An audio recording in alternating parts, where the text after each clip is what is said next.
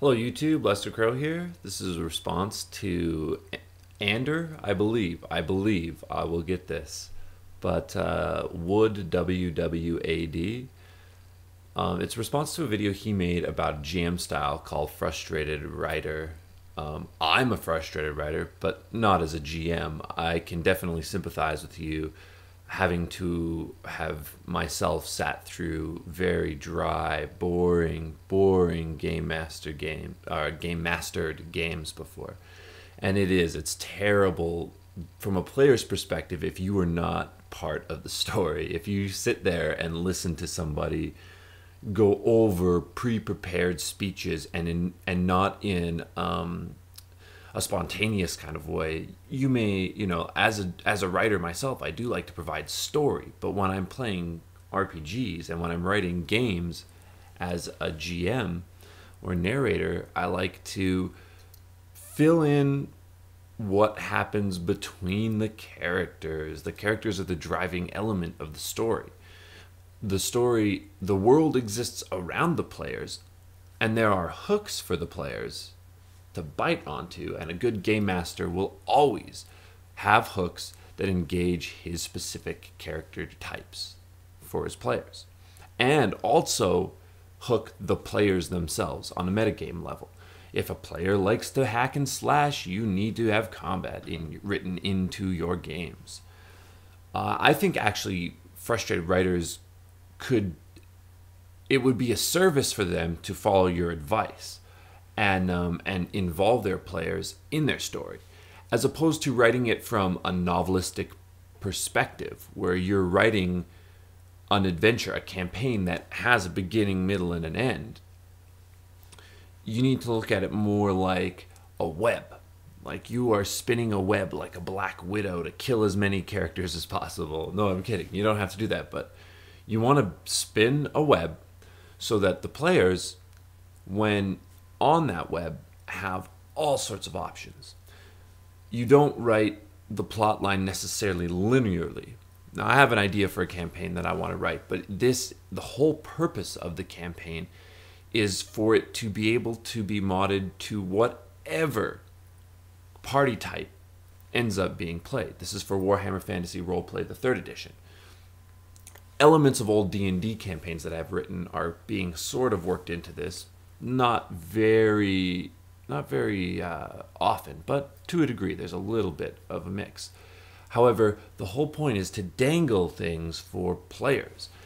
There is an overarching story in the background, but it is engineered that, well, in its skeletal state right now, in its idea and beta state right now, not even beta, but anyway, the whole idea is that the overarching storyline in the background, and there are many subplots going on, the overarching idea is essentially majorly affected by what the characters choose. The characters can avert a massive, major disaster, or they can aid in the massive, major disaster, or they can derail it so it favors their characters' motivations. And that's the whole plot, the point behind it. I find that, like I was saying, it can really help a frustrated writer to take your advice, Ander, and to sit down in a game with the complete intent of having all of the players help them with their story. Because a lot of the times, I find good players, now I'll get into something after I finish touching on this, but good players will always provide you with ideas you never thought of. Help drive the story, help create character.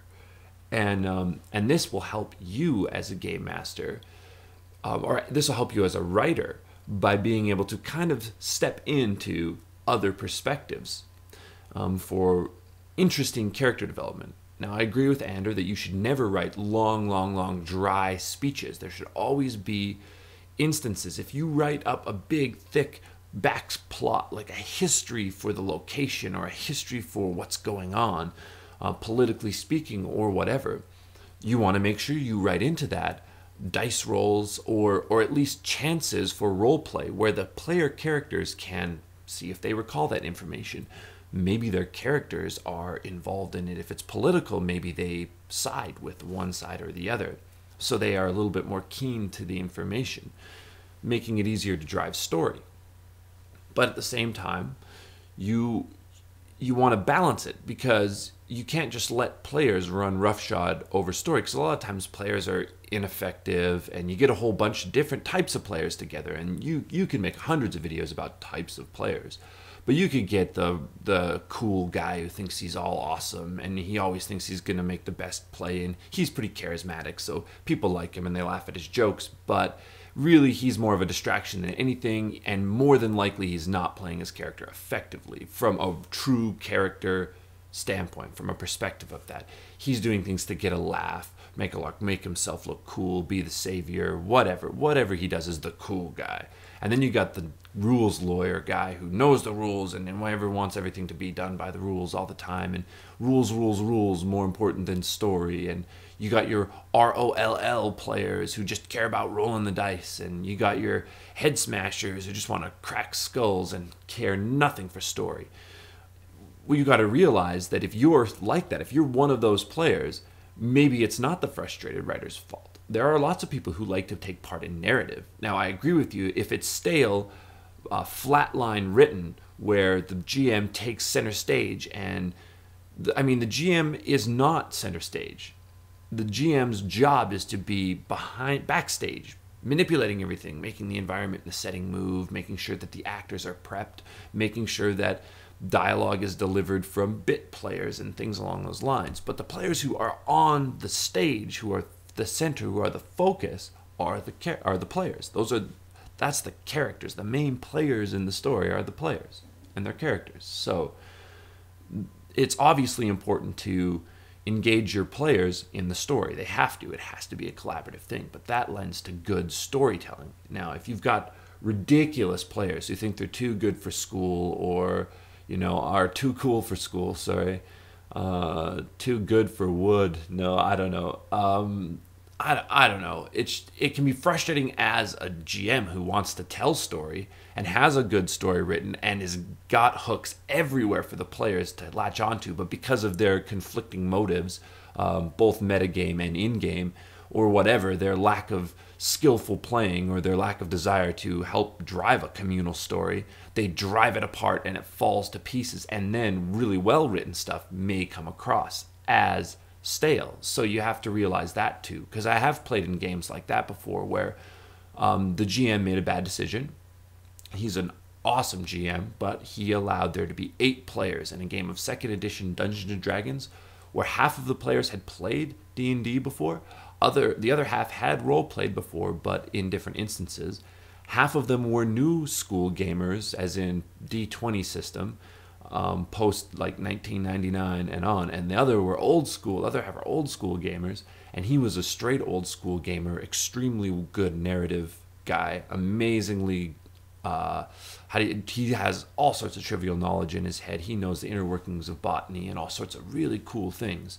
So he can really tell a good story. But because there was excessive amounts of alcohol and testosterone involved, tons of ego, and conflicting character styles and player gaming desires and styles, it just drove the story apart. But upon getting to talk to the guy further, the story itself was a fantastic story and would have been amazing if it was driven by a good group of players. So not every time when you get into a game that has a lot of GM involvement in storytelling is the case that of the frustrated writer. In fact, it could be the flourishing writer and the players just fucking destroy the story, and that happens too. So you have to realize that it's a give and take situation. As a player, you can't bitch about not being involved in story if you're not willing to engage in telling the story or creating quirky elements and well-driven interaction. Then, what are you even doing there? And why are you judging anybody? So that's what I have to say to a point. Yes, you're right, Ander. Game masters need to engage the players. That is imperative. But at the same time, players need to engage the story. If they do not, there's no point. They're not players. They're there to do whatever they want to do. They're there to run rampant. And as a player, that can't be your motivation. If the GM or narrator, who essentially is a player, he's just a player with more responsibility. He has great power, but he also has great responsibility. However, it's not just his job to cater to the players completely. He gets to get off too. You know, he gets to have his fun, and he gets to make the cake, and he gets to eat a piece as well. So he is a player, so the players have to be respectful of that. At the same time, the GM has to return that. In fact, in a greater fashion, because he has to engage everybody and make the story interesting. Very difficult. I really like your video there. I actually like the series that you're doing about the different styles of GMs, and it can be frustrating. And I bet every single one of us as a GM has exhibited qualities of these at one point in our GMing career. Well, thanks a lot, guys. Keep making videos, Xander. They're awesome. Keep gaming, boys. And girls, please. I'd love to see some girls start making RPG videos more. I've seen one or two, but not very many. Peace, guys.